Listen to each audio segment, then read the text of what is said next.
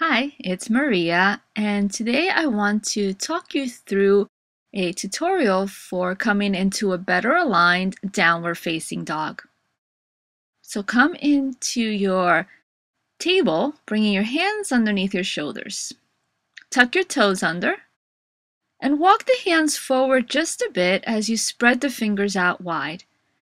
Now, when you come into your down dog, you may hear a lot of lifting the hips or the sitting bones towards the sky, sending the belly towards your thighs, and letting your head hang so that your gaze is between your shins or towards your feet or something like that. Now, when you do that, notice how that feels on your shoulders. Just pay attention to that hanging in the joints and notice how it feels on your low back. Maybe it feels like you're getting a deep stretch, but you're actually overstretching. So that is actually a very unhealthy alignment for your joints. You're really hanging and using the joints in putting a lot of weight into these joints that are not properly aligned. So just take a moment and notice how you feel in your down dog.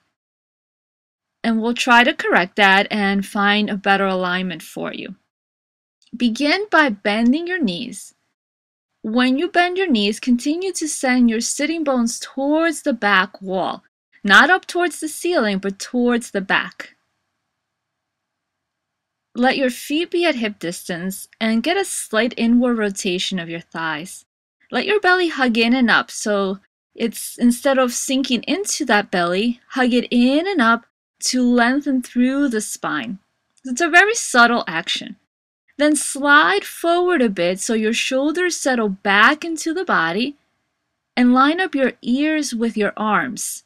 When your shoulders settle back, then you can start to straighten your legs.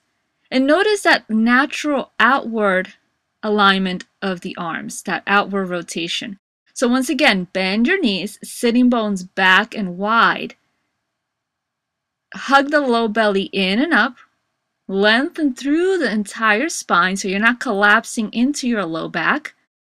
Slide forward a bit, send the shoulders back into the body so the shoulders are integrating back into the body.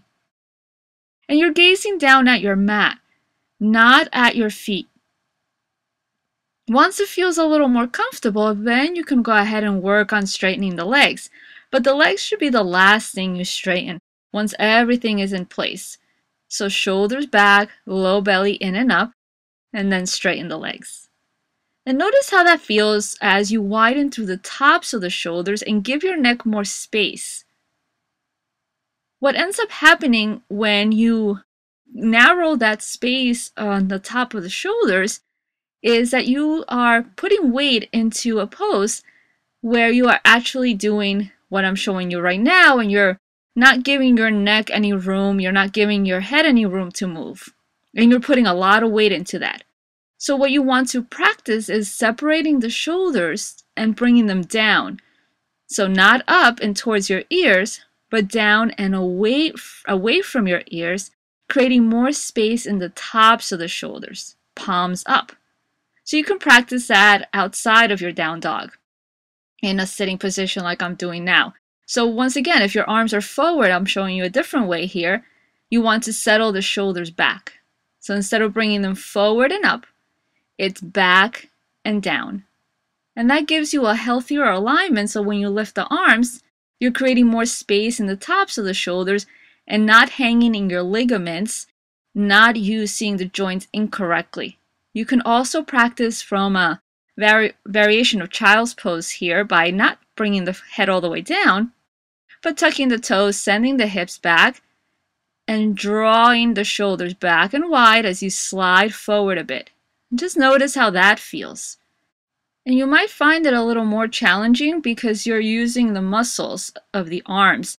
You're not just hanging in your ligaments like you would if you are improperly aligned in your down dog. So that's very common, just to hang in your ligaments by hugging in and bringing the shoulders up.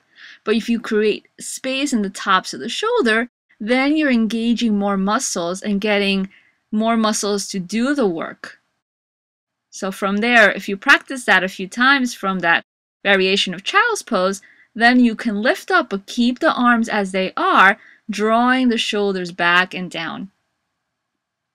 Good.